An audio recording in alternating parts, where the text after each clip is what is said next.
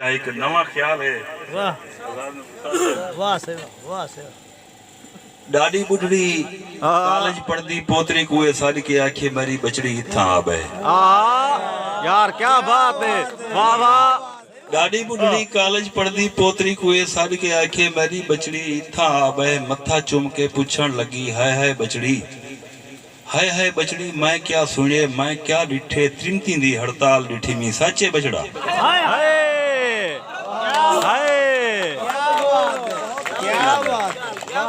हाय बचड़ी मैं क्या सुने मैं क्या डिठे। त्रिमती दी हड़ताल डिठी मी साचे बचड़ा। हाय बचड़ी ये भी सुने मौतरा मोया आज जा वजन सादा जिसम सादी मर्जी। तो क़यामत नहीं है। क्या मैसेज है यार, वाह वाह वाह वाह वाह वाह। दोबारा बहुत सोना मैसेज आसमा साहब, वाह वाह वाह वाह। दादी बुढ़ड़ी कॉलेज पढ़दी पोतरी कुए साड़ के आखे मेरी बचड़ी इत्था आवे। मत्था चुम के पूछण लगी हाय बचड़ी मैं क्या सुने मैं क्या डिठे। त्रिमती दी हड़ताल डिठी मी साचे बचड़ा।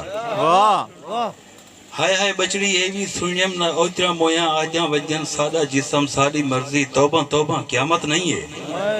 बचड़ी तेकू गाल सुनावा जेरे वेले मैं पर निया मेरे कोलों पूछा हाने कौन है वारिस। मैं आख्या अल्लाह पाक नबी है वारिस मेरा प्यू ते वीर है वारिस।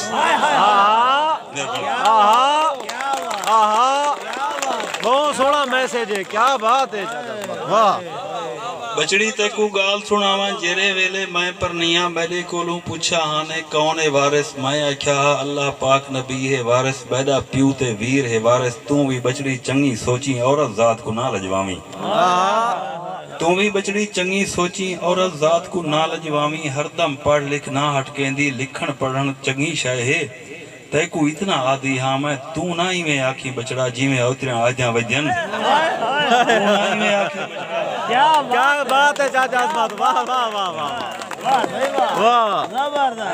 तू ना ही में आखी बचड़ा जी में उतरा आजा वजन। अच्छा बचड़ी इनते देखा चंगी भली टुरदी फिरदी फालिज दा एक झटका लगे बैकू अधो अध कर छोड़ियस। ए बा मेरी बिल्कुल ठीक है इनू वाली हल्दी भी नहीं। मैं तो अनपढ़ कमली रमली तू तो पढ़ी लिखी ही में। तू दस मैकू की में आखा मेरा जिसम मेरी मर्जी।